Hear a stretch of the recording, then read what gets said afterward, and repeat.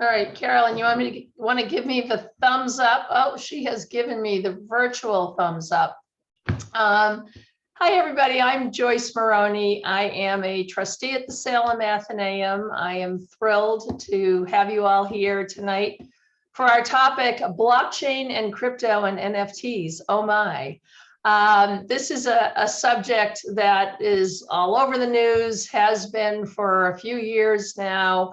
I think a lot of us would like to know more about this topic, and I should say right up front, this is an educational session tonight.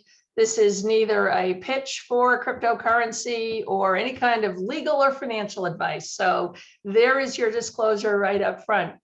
I am so pleased to be joined tonight by a longtime friend of mine, Mark Horvath.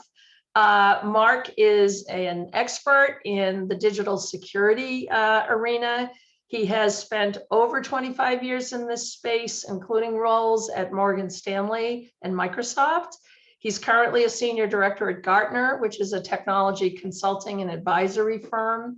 There, he specializes in secure application development, quantum computing, and post-quantum encryption. And he advises clients all over the world on how to improve their software development and security processes. Mark has a BS in physics from Pennsylvania State and a PhD in astronomy from the University of Massachusetts. So Mark actually is a rocket scientist, for those of you who are who like to say, well, that's not rocket science. Well, in fact, Mark is a rocket scientist, but he is going to do his best this evening to make this topic understandable and accessible for all of you who have joined us tonight. So with no further ado, Carolyn, if we could spotlight Dr. Mark Horvath. Well, thank you, Joyce. Thank you for that warm introduction. We don't say things are rocket science, we say they're brain surgery. Because if we screw up a rocket, we've just lost money. But if you screw up brain surgery, somebody is really going to be upset about it. So when we're doing something in astronomy, it's, oh, that's not brain surgery. Good evening, everybody. Let me say thank you for this opportunity to talk today about blockchain. I'm going to cover a couple of different topics here. I'm going to build up from some very basic principles of how this stuff works, and you'll see how this stuff adds up over time into increasingly complicated financial instruments. Hopefully, I will be clear. We'll have time for questions. I invite you to put some questions in the chat, because sometimes this can be a little bit much. There is no equations, there's no math, but it is sort of complicated protocols in exchanging information and some other stuff. So I've tried to kind of break this down. I've tried to keep it fairly straightforward. I have opinions on this, all of this stuff, but I've tried to not color this with too many of my own opinions. With that, let me start to share some slides out here.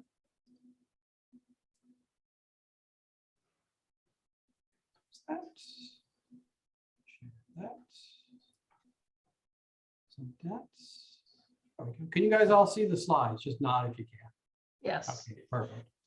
So I call this blockchain essentials, because what we're going to do is we're going to start off very, very simple, straightforward stuff and show how that builds up into more complicated cryptographic protocols. So one of the very basic pieces of a blockchain, at the beginning of the day, a blockchain is really just a list. Just like in your checkbook, when you list your checks and you list how much you took out or how much you put in, every line of that is a transaction. That's really just a list in a book. A blockchain at the end of the day really is just a list of things.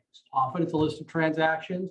It could be a list of assets. It could be a list of data. We often see blockchains used as parts of data. And we use them because they have specific properties that we'll explore a little bit tonight. It is what we call an immutable tamper-evident record. Once you make an entry into the blockchain, you can't change it.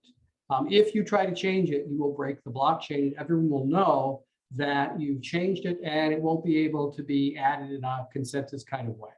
That may not make sense at the moment. We'll talk about consensus. We'll talk about the cryptographic adding of this stuff. But what's important for you to know is that, sort of like writing in pen in your checkbook, you can't just erase it. You actually have to add a different record to correct for something if you make a mistake. So they're immutable, they're tamper evident. If somebody managed to forge something in there, it will turn out the books won't balance at the end of it and it won't get added in. All of these things are linked together. So a little bit unlike your checkbook, where you might have a bunch of lines with transactions on them, each one of the lines in a blockchain actually points back to the line before it and gives you a summary, a very small number that summarizes what everything that happened before it was. And the reason you do that is because you then can't take a record out and you can't put a record in that wasn't in the blockchain beforehand.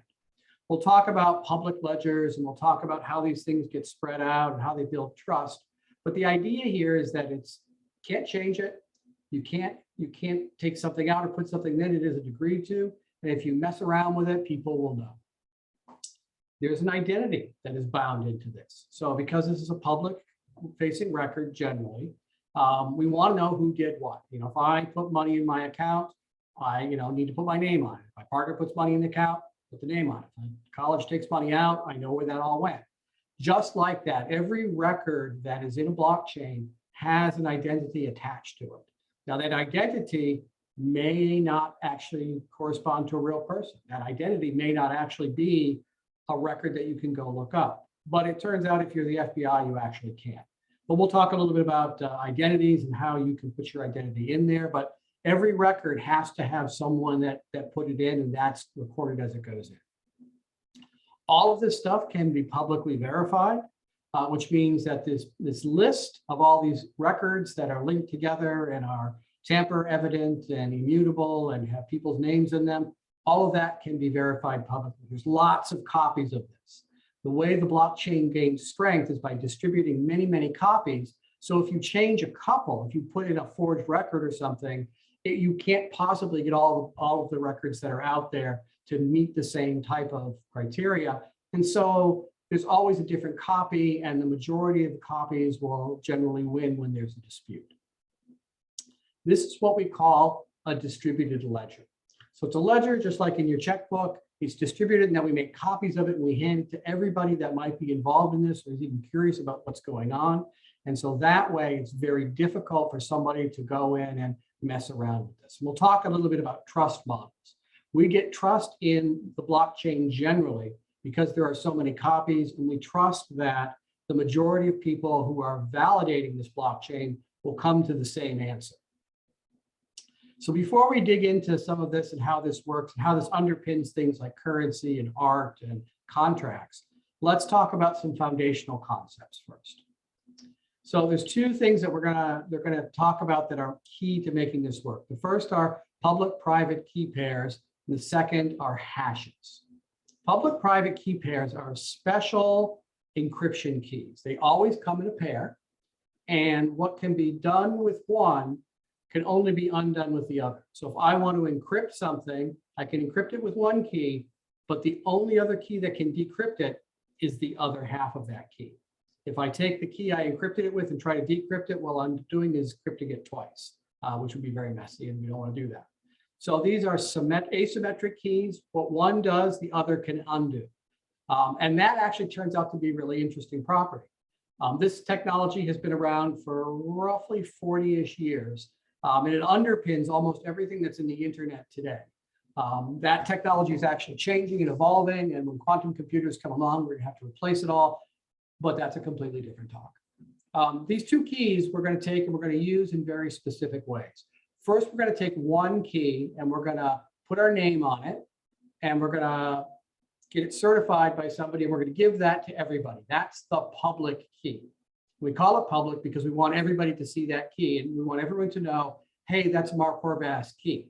So if Joyce Maroney gets a copy of the certificate, she'll see it's Mark Horvath, she'll see some other information, she'll see there's a public key there.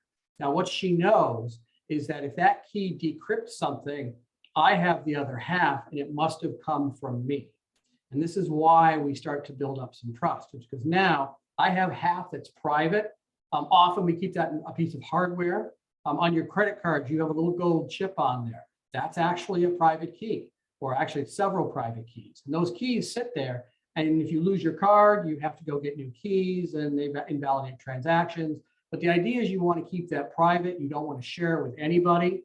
So now, if I want to say, let Joyce know something and want her to know it's from me, I could encrypt the message.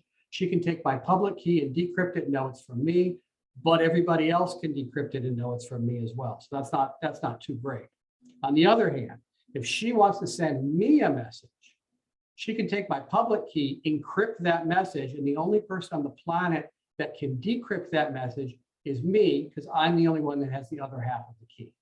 So a public-private key pair, an asymmetric key pair, is a way of doing encrypted communications between two people while validating their ID and doing a little bit of proofing in there. That's the first concept, and we're going to use that concept over and over again. The second concept is called a hash.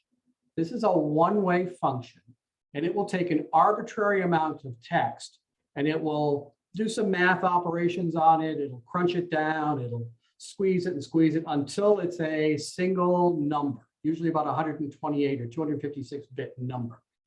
Any text of any size that you put in there will hash down to a number of that size. I could put my birthday card in there. It would come out to 256 bytes. I could put the Bible in there. It would come out to 256 bytes. It crunches this stuff down, but it does it in a way so that every text that comes in there comes up with a unique number, and you can't reverse this out. I can't start with a 256-bit number that I got from Joyce and then reverse it back out to get the text. The hash is a one-way function. It loses information. Hopefully it loses information in a way that is predictable and repeatable, because we want the same text to hash to the same number every time. And we want to be able to detect if there's any changes. So if I have a message that I want to send to Joyce, she hashes it, she has a number for that. Now I realize I've made a spelling mistake.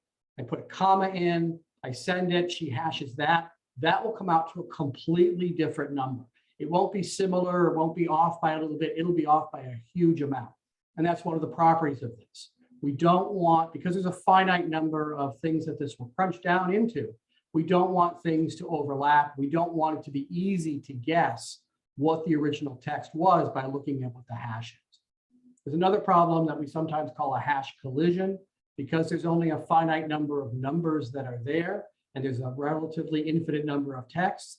Occasionally, two completely different texts will crunch down to the same number. That's called a collision. They occasionally happen. In blockchain, they happen a lot more because there's a lot more transactions, there's a lot more hashing going on. But generally, we can look at the original text and we can decide which one of these things we were meant to have. Generally, the text hasn't been altered. A little arbitrary small change won't alter the number enough to cause a collision with the original text.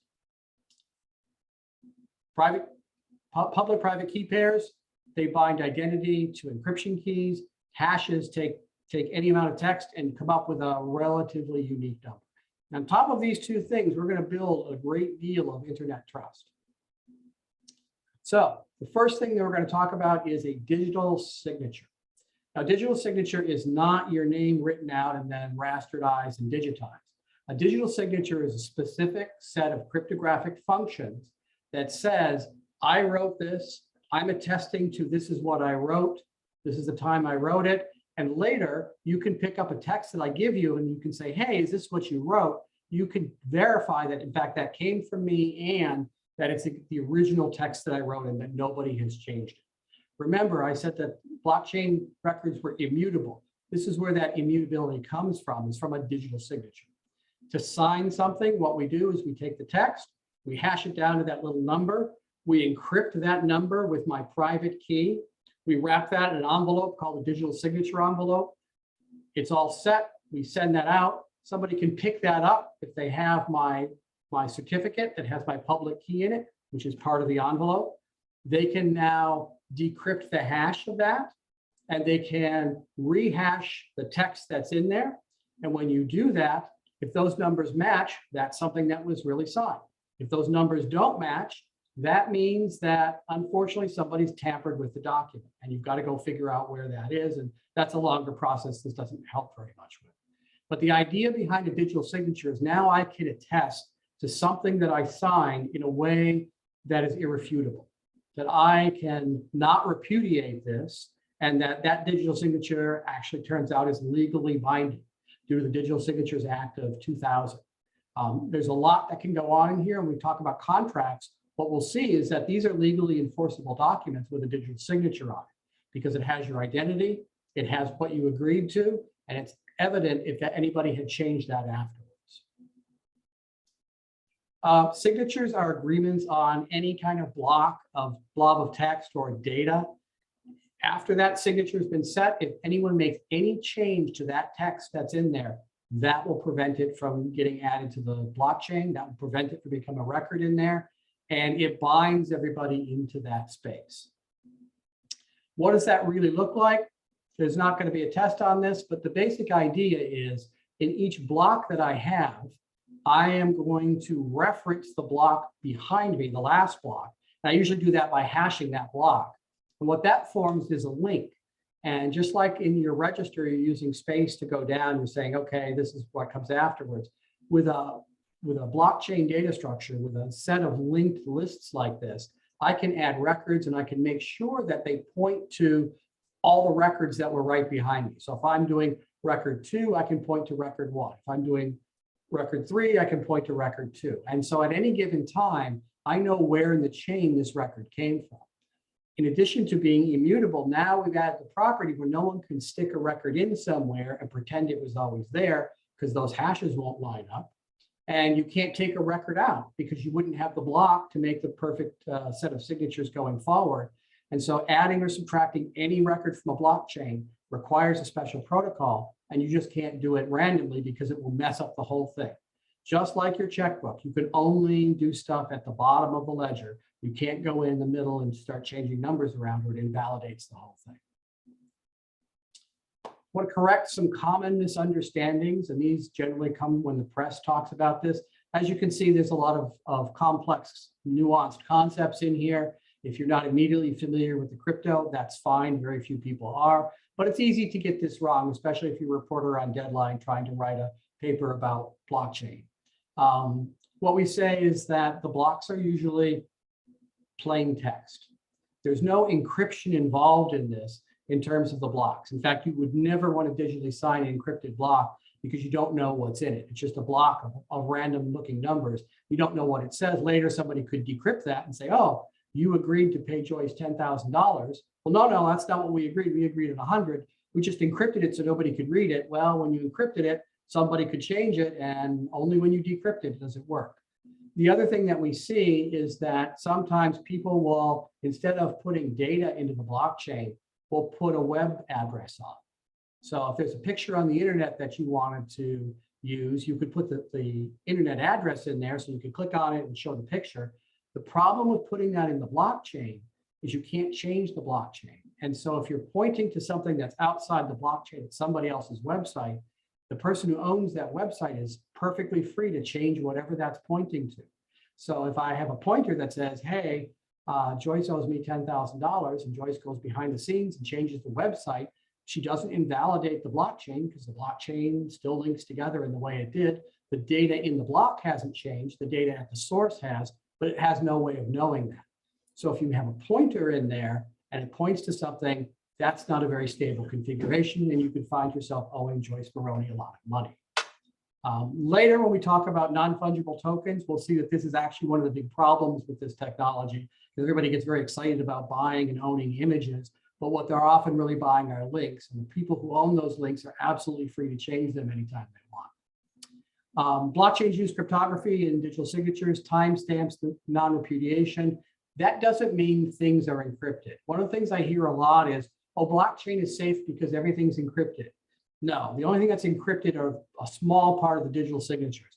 Everything else is in plain text. So if you have something you don't want people to see, the blockchain is a bad place for that, because you're going to put that in plain text and you're going to distribute it around to a bunch of people so you can get a lot of consensus on this.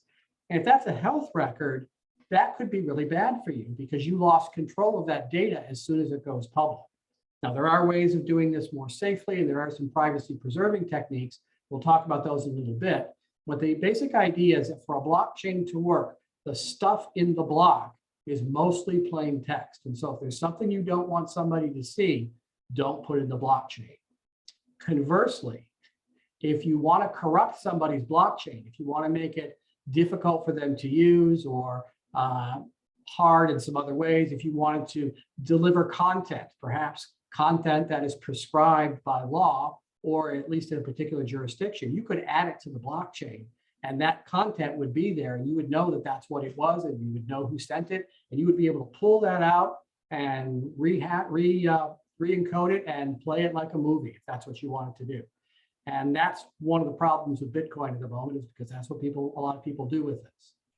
Finally, identities are involved.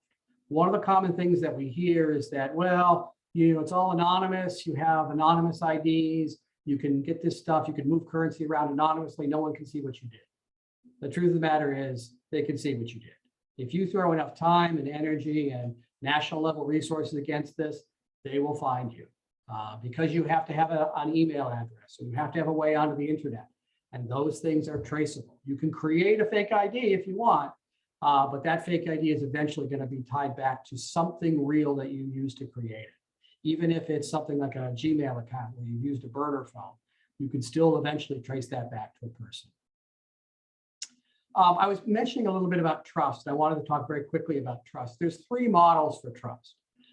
There's what we call public decentralization. That's where we take the blockchain, we make lots and lots of copies of it because it's really hard to change a record. It's really hard to spoof it, but everybody is a participant in that. Anybody can join that. That's why it's public. There's algorithmic trust. We trust that the consensus algorithm I'll talk about in a minute does the right thing. But at the same time, you don't know that Toast 171 is Mark Horvath, or it's Carolyn, or it's somebody else. There's no way of really knowing unless you're a national state level actor. There's what we call consortium decentralization, where the end user IDs are issued by your company or by an industry organization, and that there's a consortium of companies or a consortium of players that control the blockchain. You're relying on the players in that consortium to do a good job of following the rules and validating the IDs. You're relying on the rules to keep the content to be what you want, but you don't have full control over it because one of the consortium actors could be bad. Finally, there's private decentralization, and this is where within a company, I've got a blockchain for a project. My company issues the IDs. They have a lot of trust in the ID system. It's used for very specific purposes. We don't have to share it around. We may not even have validation in there unless we really need it.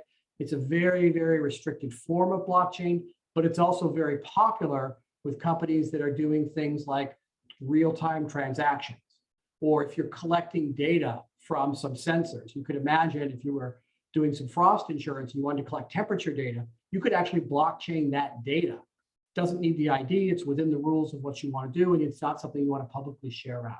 And it's difficult to spoof, it's difficult to remove records, it's difficult to insert records. So when you talk about sensing, when you talk about data streams, when you talk about logs, those are great things that we see a lot in private decentralization systems. I'm going to talk a little bit about validation now, and this is in the news because there are good ways of doing this. There are bad ways of doing this. All these ways are complicated. So we've talked a little bit about, hey, we want to distribute this blockchain everywhere, and it's difficult for people to forge that. Well, how do we actually check that? And that's called validation. Your computer, when you set everything up, becomes a node on this network. And part of its job is to read the entire blockchain and parse it to make sure that everything is intact. And when it gets the right answer, then it participates in a network to consensus for adding a new record on that. This takes time. This takes enormous amount of energy because you can imagine some of these blockchains get into gigabytes in size. And before you add a record, you've got to validate all of those transactions. And it gets very tedious and very, very power consuming. About 2 or 3 years ago, somebody figured out that the Bitcoin blockchain was using about as much electrical power as the country of Denmark.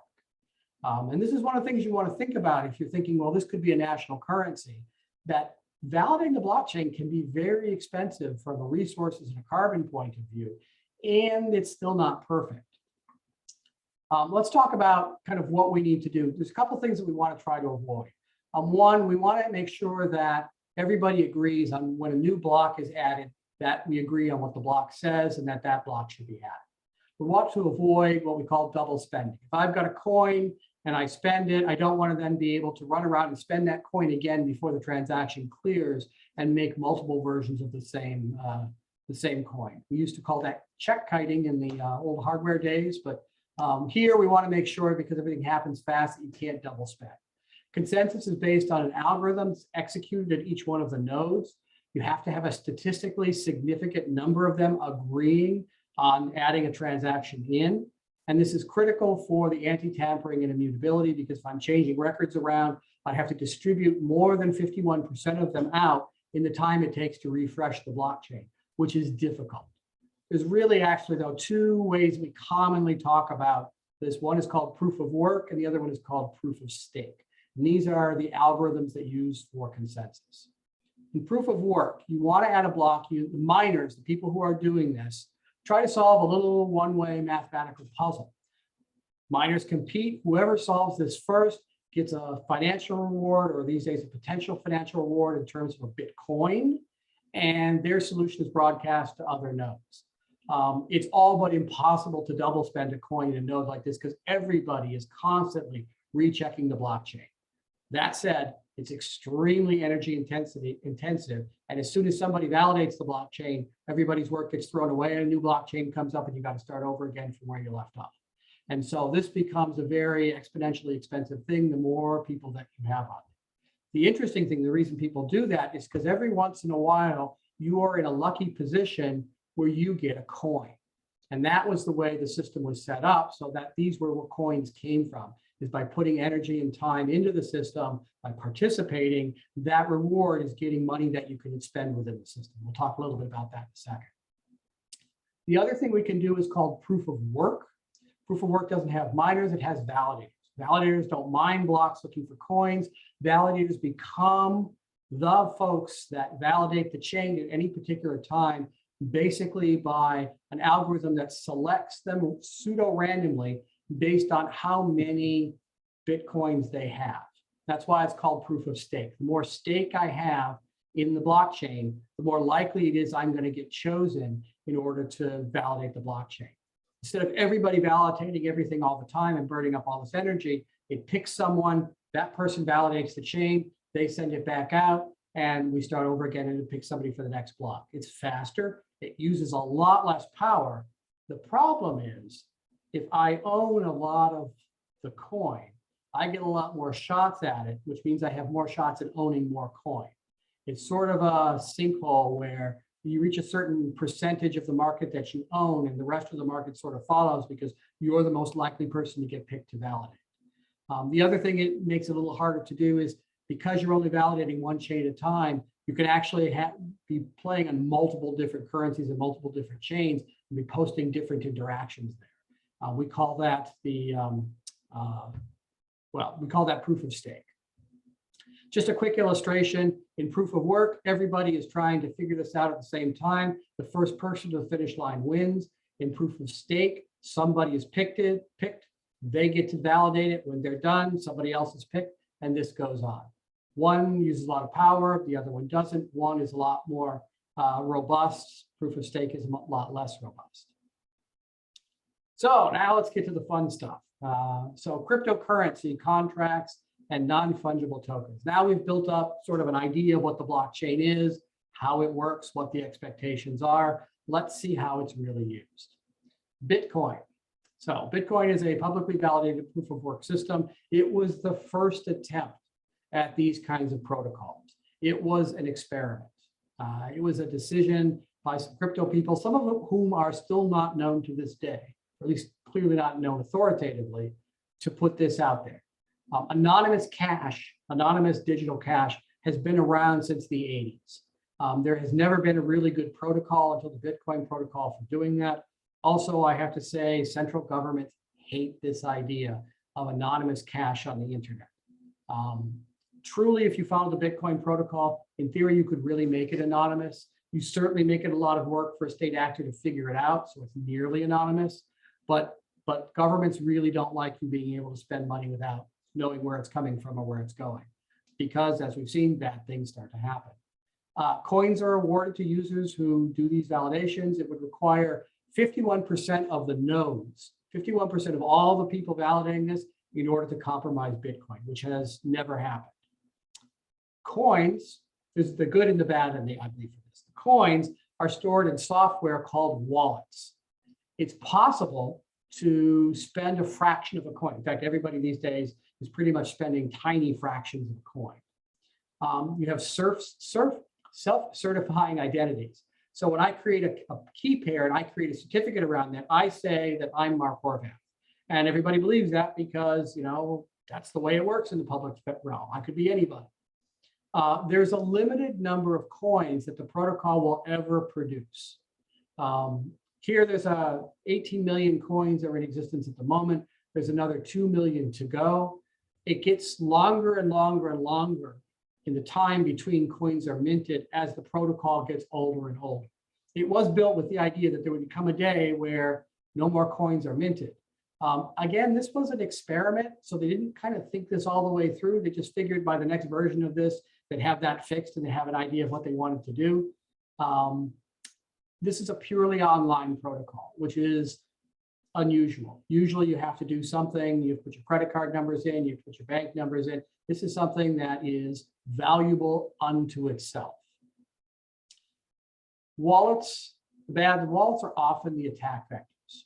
Wallets are often riddled with malware, with ransomware. Also, it's very easy to set a wallet up and look like you're mining away, and you're doing that. It says, hey, you got a coin. Great, I got a coin. That's worth a lot of money right now. I look, it's not in my name. Well, whose coin did I get? Turns out the wallet was sending coins back to the people who wrote it. You were just running it and running the nodes and using your own stuff on it. It's like having a pickpocket literally inside your wallet while you're doing this. They don't care what you do, but as soon as you put some money in there, they're going to grab that. You're not as quite anonymous as you think. Also, Bitcoins are like cash. If you lose one, you can't get it back. There have been some famous examples of people who have tried to reverse out transactions on the blockchain. You can't reverse them out. The person, if you accidentally send the coin to the wrong person, they don't have to give it back to you. They can just keep it, and that's happened.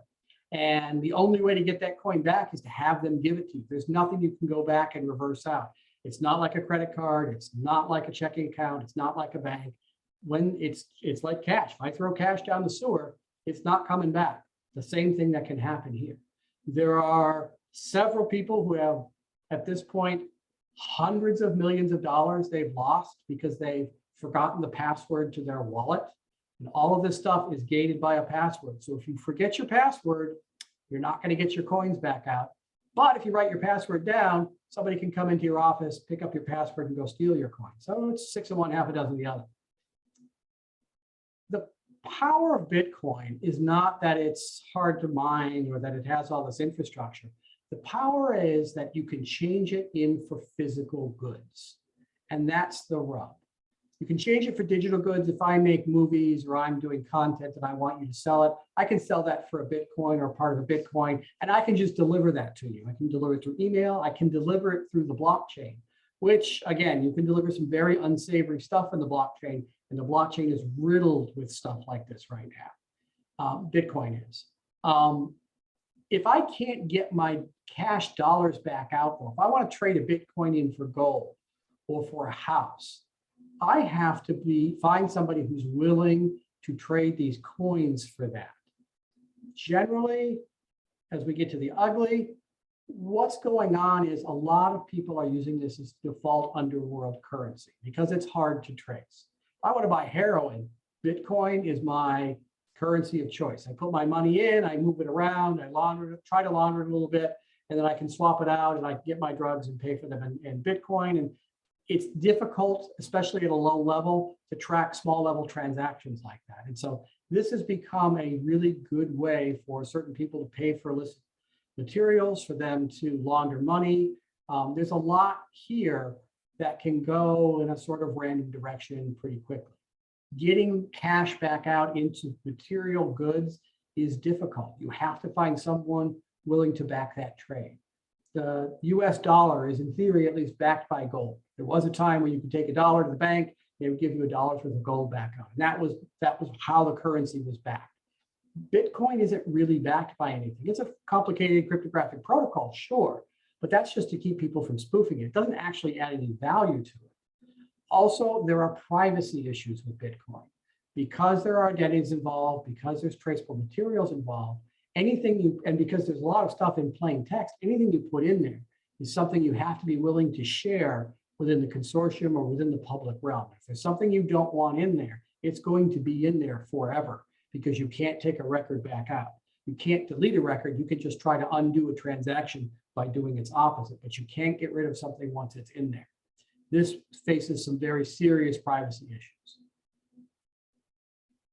Fortunately, beyond Bitcoin, there are a lot of coins. This is a sample from one of the coin trading platforms. There's about 20 of them listed here. There's several hundred coins in the world right now. Not everybody takes every coin.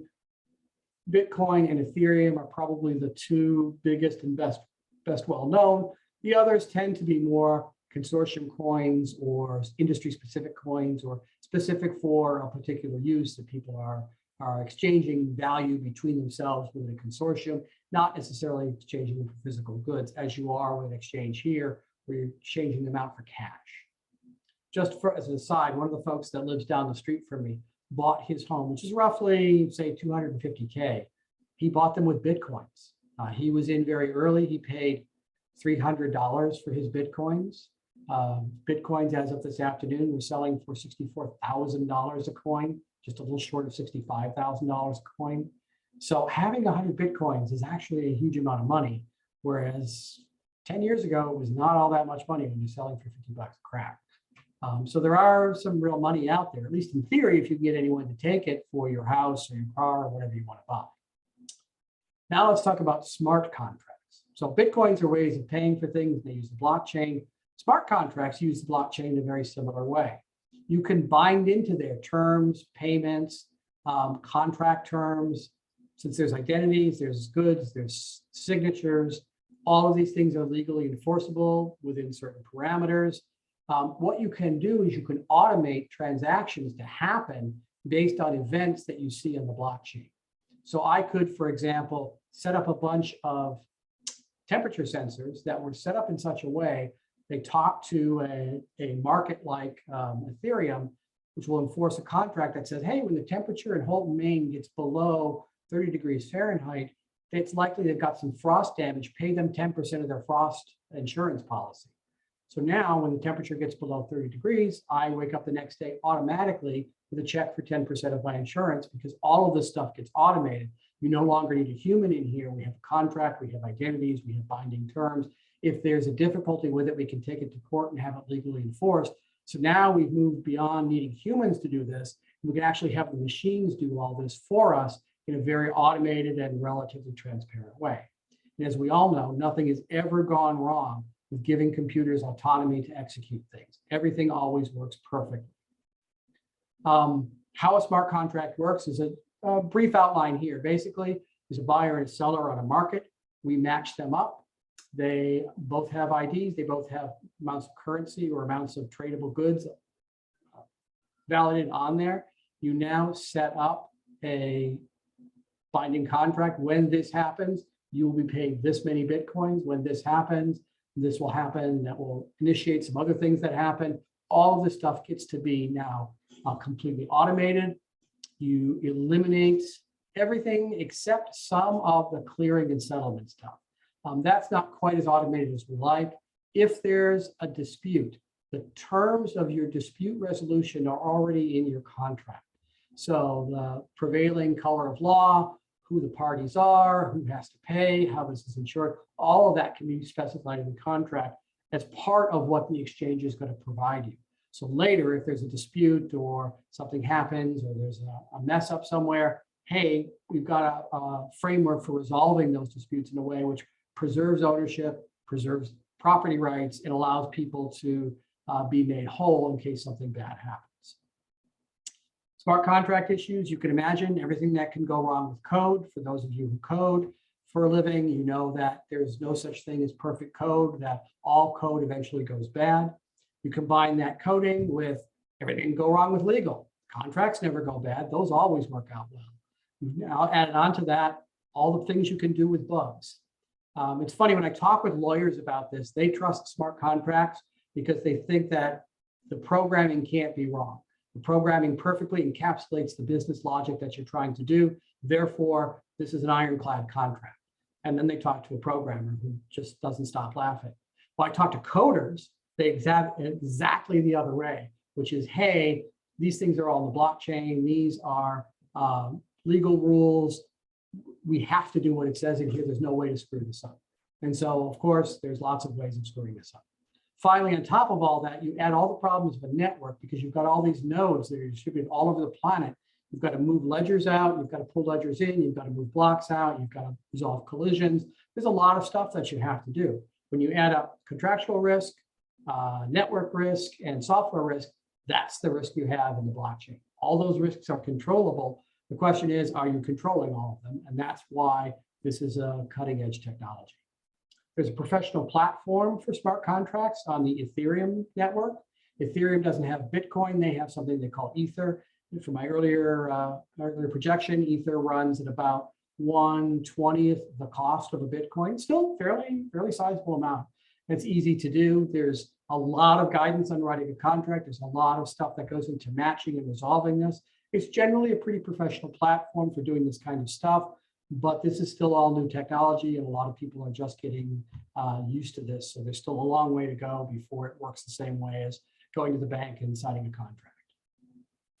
Finally, let's talk a little bit about NFTs, non-fungible tokens. The idea here is actually pretty simple. Hey, I want to own a piece of art on the internet, but the art is digital. How do I do that? And the answer is, well, with blockchain, we can build a smart contract around an image. We could build a smart contract around a house, just like we build a smart contract around a Bitcoin. All of these things don't make any difference to the technology, but they do make a difference to what you're doing with it. So if I want to buy this image, I can build a smart contract that says, hey, Joyce is going to sell me this image of from a screensaver in the 1990s of a cat from a toaster with rainbow. Great.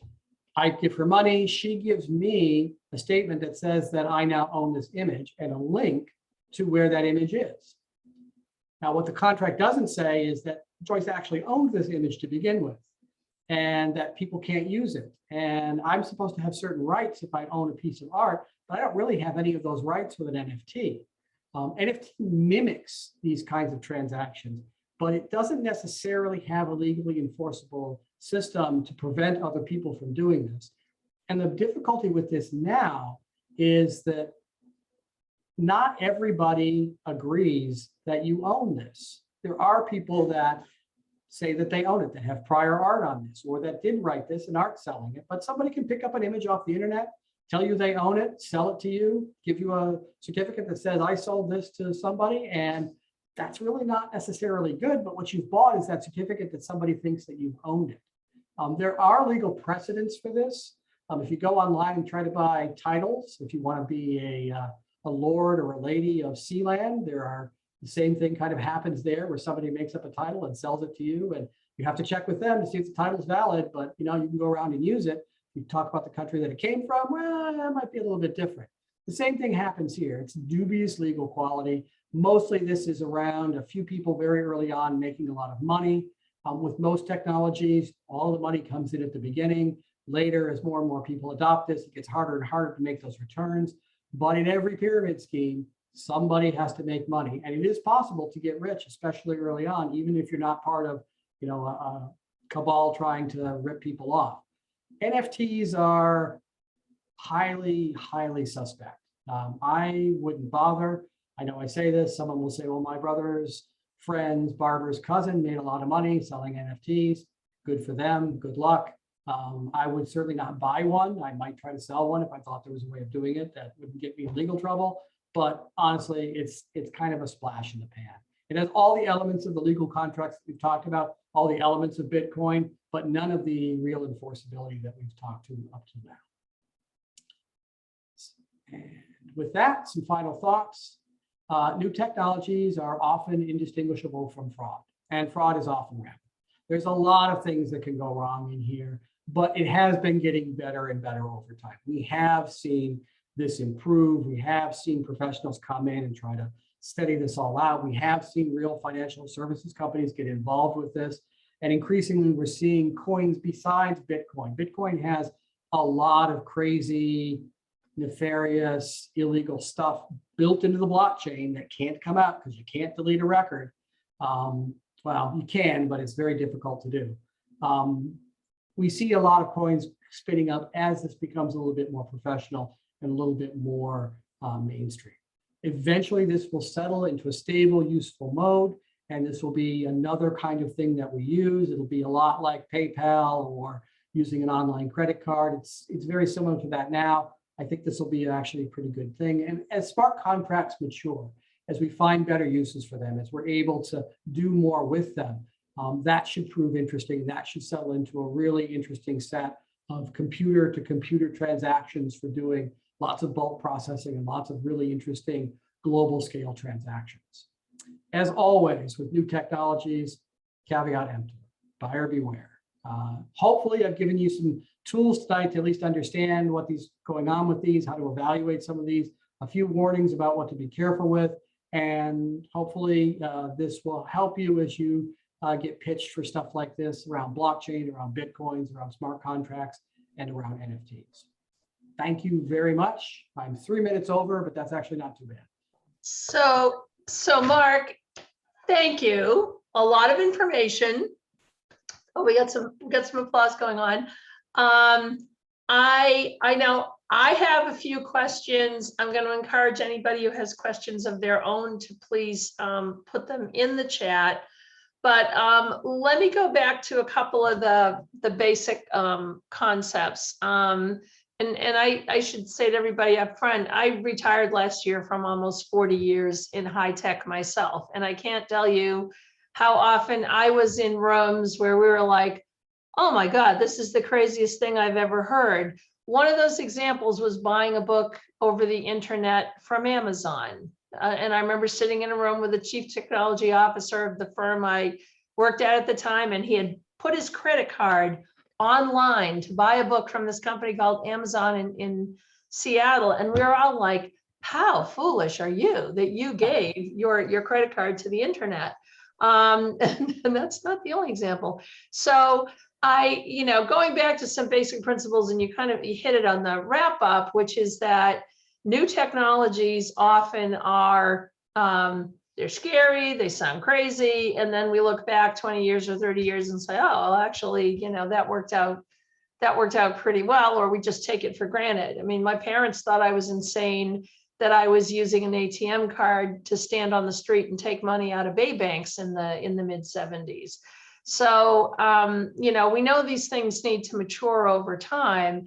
But in your presentation, I feel like often when you were saying you were talking about the kind of smart people who actually are creating these platforms or building things on these platforms. And if you flip it around and think about being the man or woman in the street here who's being presented with a process or an e-contract to sign or whatever, how do you know that something you're being presented with is a blockchain application and that it is in fact a secure process that you should interact with? You don't. Okay. What I generally recommend is you can't, unless you disassemble the code and you go in there and you see what it's doing. And that's why digital wallets are suspect. And that's why they were a big vector. Because if you were, say an organized crime syndicate in another country, you could get some programmers, you could write some wallets, you could distribute them for free, people use them, and then one day you just empty them all into your own bank account. And we've seen that happen. Generally, what I suggest is if you're going to do this kind of stuff, join a reputable consortium. Ethereum is very good at this. They've spent a lot of time thinking this through, doing some experiments, They've corrected problems that they've had in the past. They still do these kinds of things. They've fixed a lot of the problems in the Bitcoin protocols. Bitcoin is problematic because it was an experiment that got out of hand. It was just like way too successful. And suddenly there was like billions of dollars riding on this thing that was designed to be an experiment. It was supposed to last 6 months, see what happened. And it just got out of hand. It's very difficult then after you've got all this value in there to reset the whole thing because you will lose all of that value. All those coins would go away. It becomes, now you've got a place where you can argue about ownership and records. So what I tell people is if you really want to play in this, go to Ethereum, go to a specific vendor, find out what their reputation is, go through, do a little bit of homework on them.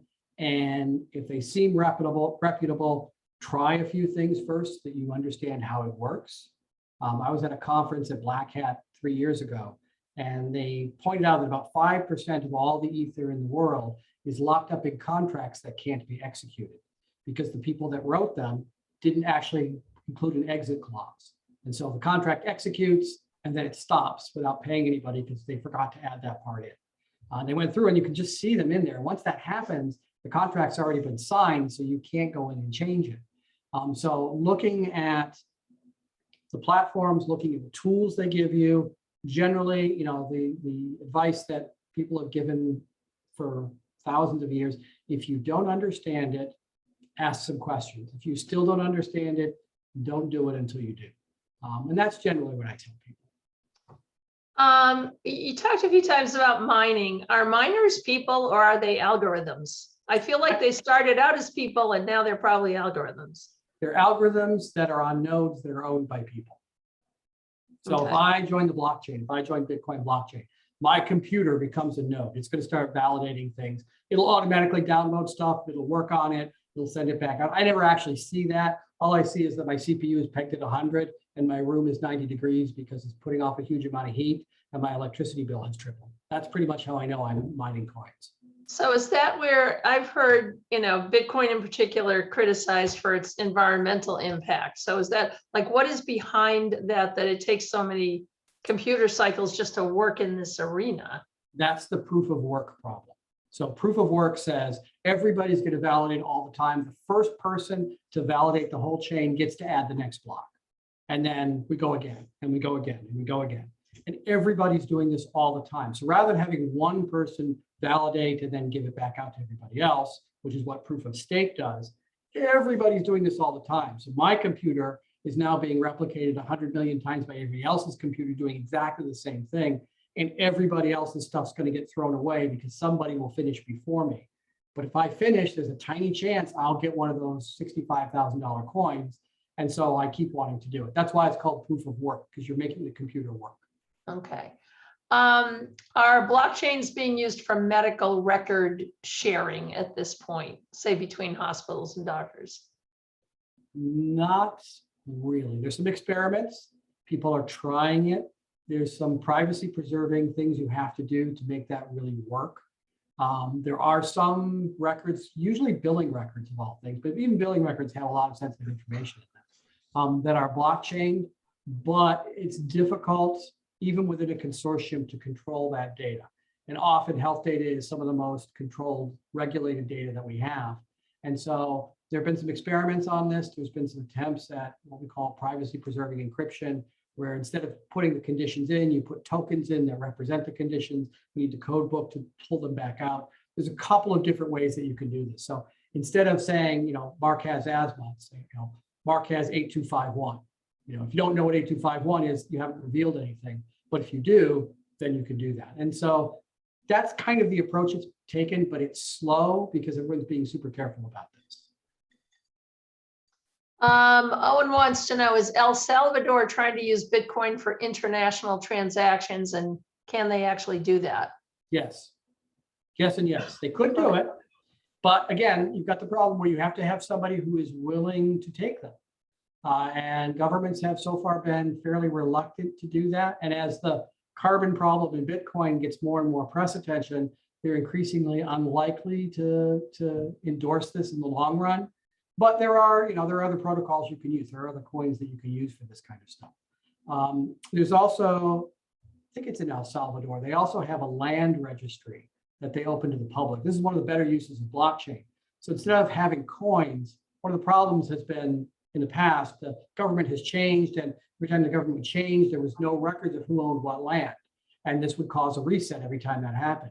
Instead, you treat the land like a coin, you put it on a blockchain with an owner that you've given a state-issued ID to, and now there's a permanent record that's distributed throughout the whole country of who owns that land. Oh, I want to sell half of it to Joyce. Well, it's just like splitting a coin. I add a transaction that says, now this coin, half of it belongs to me, half of it belongs to Joyce. And as you do this, you can split this up and move it around and put them together. But of course, each of those is a transaction. And again, you have to read all the transactions to figure out what your balance is. So it does tend to make a little bit of work. But yeah, there are governments that have been trying to make this stuff work. There are real good applications for it that aren't necessarily nefarious, but most governments are a little leery of it because it's a new technology and that doesn't always go so well. Oh.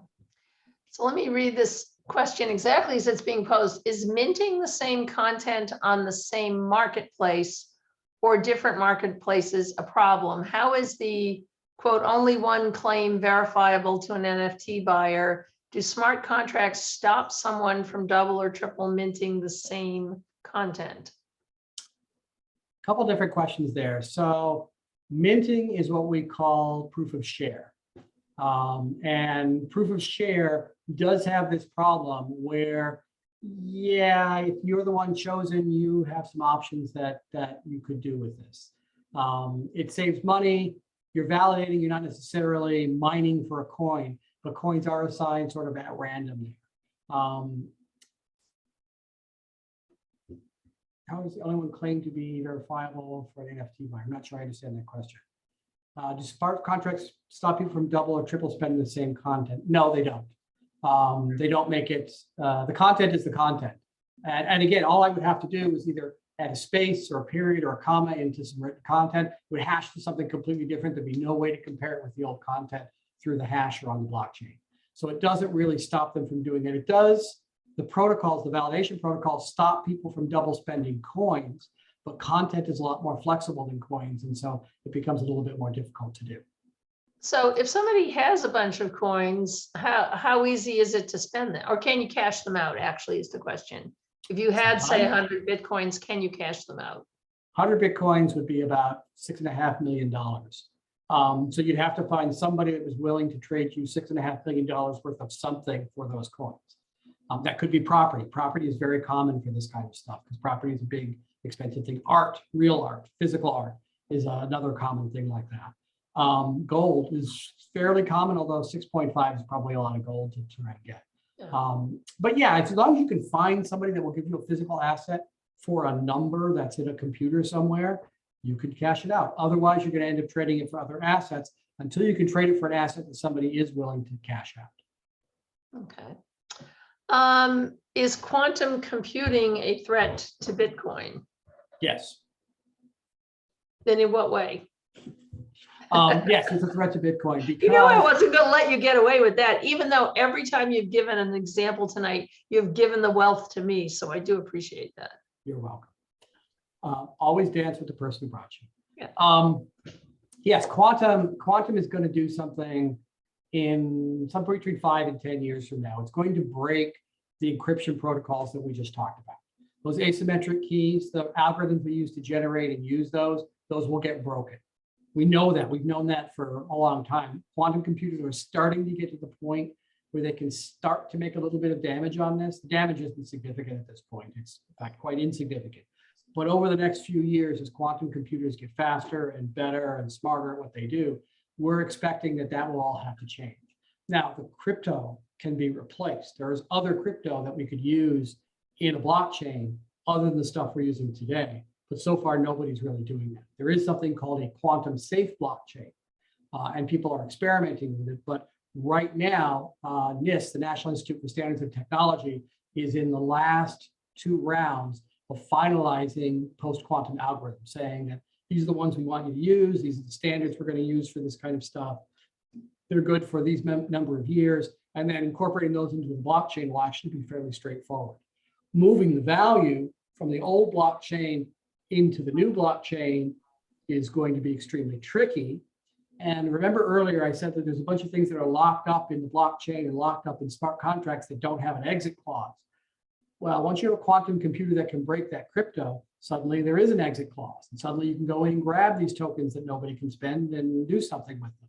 It is unclear at the moment what the rules for that are going to be.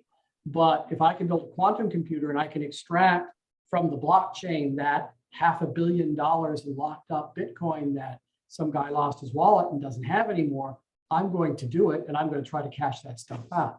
So quantum is a challenge. It's a few years out, but it's a good question to start asking now, because if you're going to get involved in this, that is one of the questions I recommend you ask your platform player. Hey, what's your plan for post-quantum? If they go, oh, that's never going to happen, it's probably not the platform for you, at least not if you're going to be in it for more than 5 or 10 years. Yeah. Well, I think we have gotten to all of the questions. This is such a huge topic, Mark, and I really appreciate you spending an hour with us tonight to go through it. We have recorded this session if people want to go back and look at it again. You've given us a lot to think about. You have not given us investment advice, just want to be clear on that. And so I'm just going to say a big thank you from the Salem Athenaeum. For those of you who did join us tonight, next up on the Athenaeum things to do list, we will be having an outdoor book sale on October 2nd. For those of you who are members, there's preview hours, if you will, from 9 to 11, and then the book sale will be open to the public from 11 through the end of the day, which I want to say is around 5 o'clock. So I thank you all for joining us tonight. Thank you, Carolyn, for your excellent technical backup. Thank you again to Dr. Mark in Holton at the Holton Maine Observatory.